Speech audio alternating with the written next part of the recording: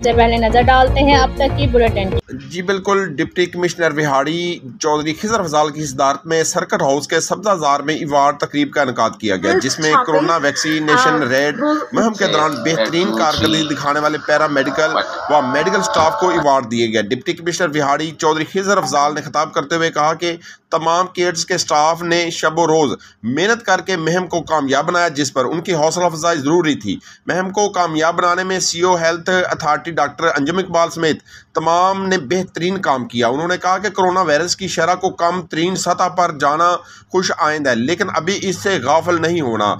SP investigation doctor Bushra Jameel ने कहा कि खौफ के साए तले जान की परवाह किए बगैर डॉक्टर्स ने और दीगर स्टाफ ने कोरोना का मुकाबला किया, जो काबिल सताइश अमर है। इसलिए कहती हूँ कि सबसे मुश्किल काम डॉक्टर का होता है। CO health authority doctor Anjum Iqbal ने कहा कि पंजाब भर में विहाड़ी की 5वीं पोजीशन है, जो स्टाफ की मेहनत और टीम वर्क का नतीजा है। उन्होंने कहा कि एक साल एक माह की